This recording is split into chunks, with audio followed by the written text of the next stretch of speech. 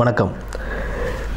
விருச்சிக ராசி நேயர்களுக்கு இப்போது 2025ஆம் ஆண்டு குரு பயிற்சி ரிஷபத்திலேருந்து குரு பகவான் மிதுன ராசிக்கு வராரு. அதாவது உங்களுக்கு 8இல் குரு வரார், அஷ்டம குரு அப்படின்னும்போது நம்ம அதிகம் பயப்பட வேண்டிய அவசியம் இல்லை.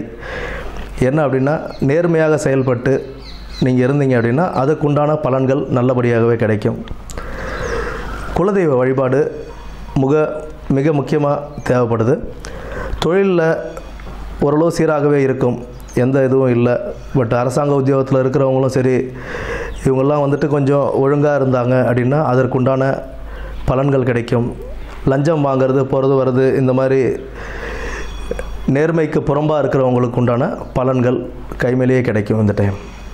அதனால் கொஞ்சம் நிதானமாகவும் ஜாக்கிரதையாகவும் இருக்கிறது ரொம்ப நல்லது. புதிய தொழில் முயற்சிகள் அப்படிங்கிறது தற்போதைக்கு வேண்டாம்.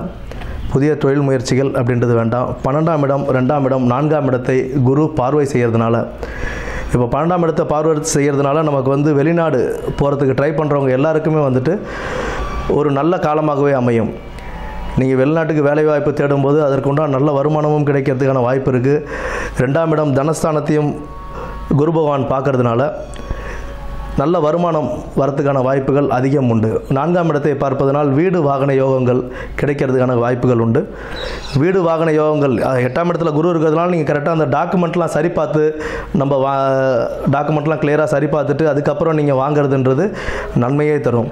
வெளிநாட்டுக்கு வேலைக்கு போகணுன்னு ஆசைப்பட்டு வெளிநாட்டுக்கு தயார் பண்ணுறவங்க எல்லாம் காசு கொடுத்து போகாமல் அது எல்லாம் பர்ஃபெக்டாக இருக்கா என்னன்னு பார்த்துக்கிட்டு அதுக்கப்புறம் அதில் போகிறதுன்றது நன்மையை தயக்கும்.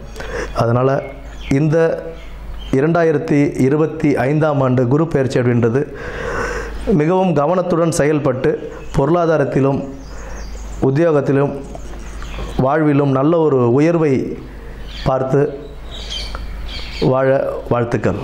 நன்றி.